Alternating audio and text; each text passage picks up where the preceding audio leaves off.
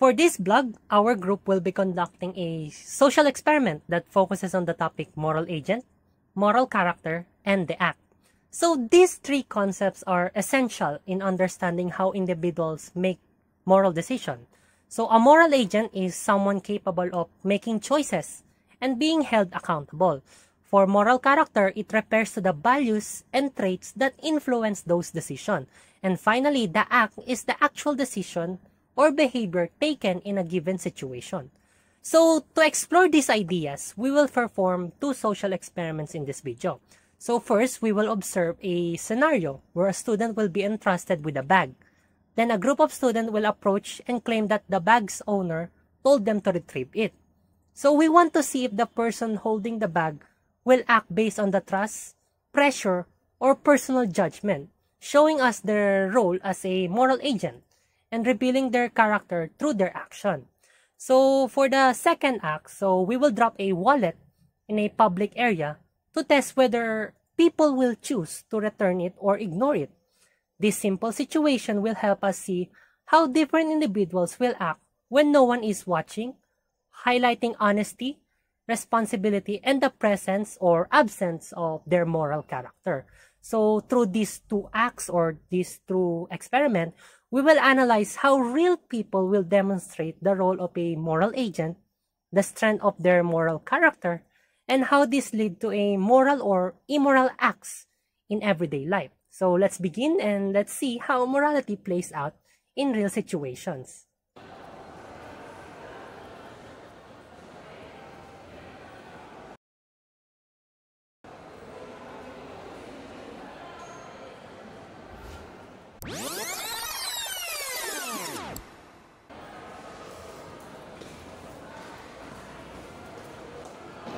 Ate, pwede po paiwan? May kailangan lang po akong kunin doon. Sige. Wag niyo po sana ibigay sa iba. Thank you.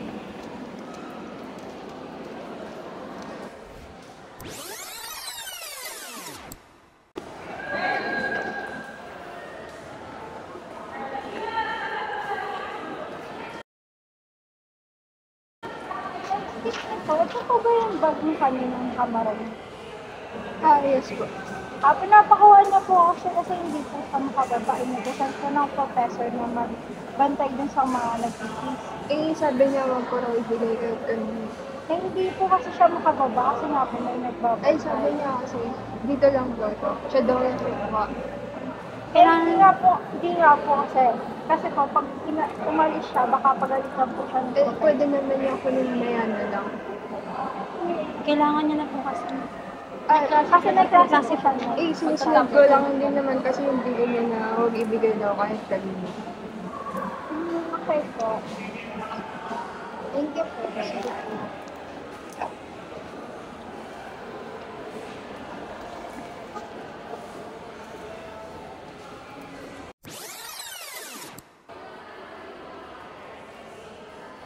Thank you po sa pagbantay. Yes nga ate. May tatlong verse kanina na try po ninyo yung bag. Talaga po? Inutusan niyo lang. Wala po ako notice. Thank you po. Sige po. Thank you. Thank you sa pagbigay. Thank you.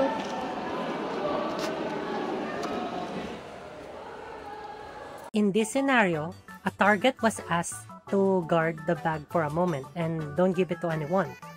When a group of students asked for the bag, the student decided not to hand over the bag. They might feel something is amiss or simply want to ensure that the bag is returned to its rightful owner. This scenario highlights a stronger moral character where the moral agent acts according to their own ethical values, resisting external pressure to act otherwise.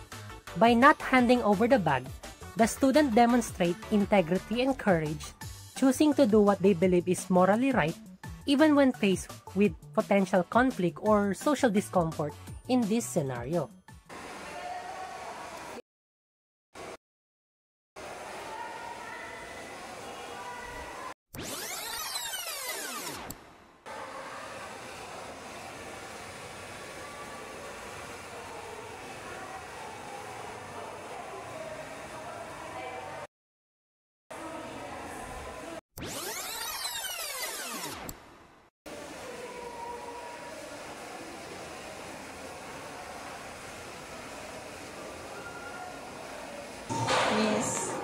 Pwedeng paiwan po ng bag sa dulo.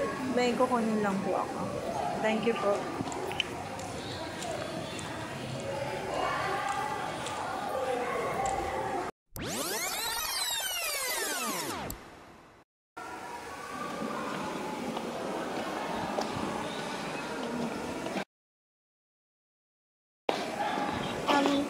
Ate, yung yung naka-block, pinapakuha ko. Thank you po.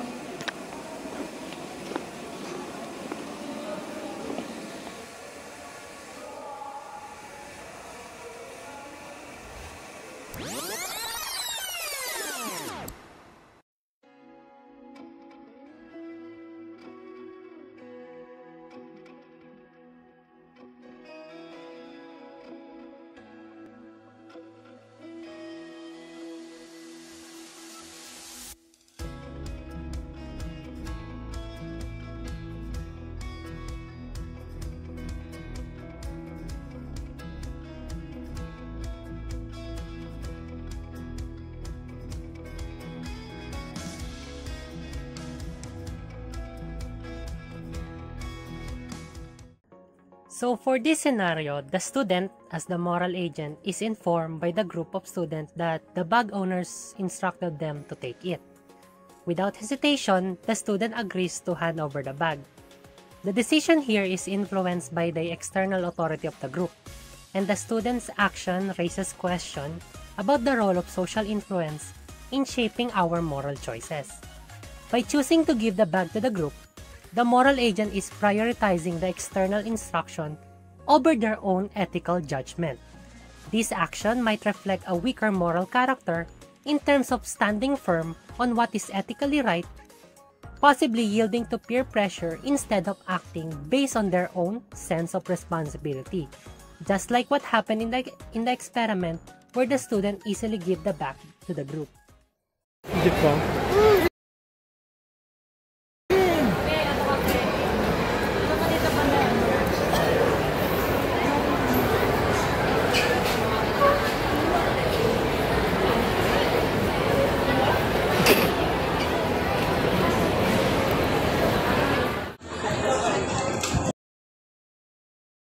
Tawa nga ng bari.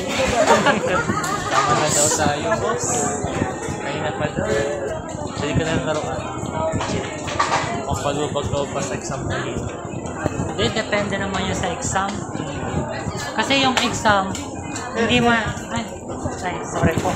Yung exam kasi, kung may plus.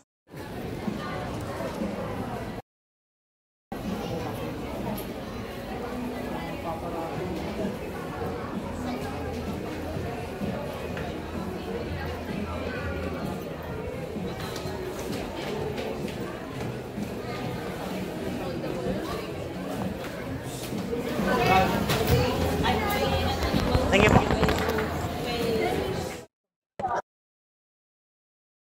Ano ba inaanap mo? Ay, hindi. Wala akong ganyan. Mahirap lang ako. Tignan natin yung mga...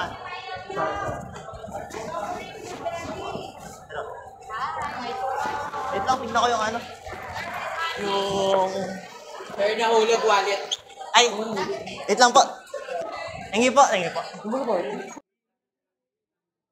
During our first attempt, the experiment didn't go as planned.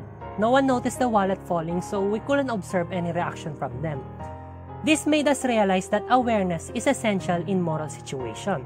People can only make a moral choice if they were aware that a decision needs to be made. We adjusted our setup to make the wallet drop more noticeable in public. In the next 3 tries, people returned the wallet each time because they saw it in the ground. Their action showed moral agency and strong moral character, even without pressure or reward. It proved that everyday situation, no matter how small, can reveal a person's value through simple but meaningful choices.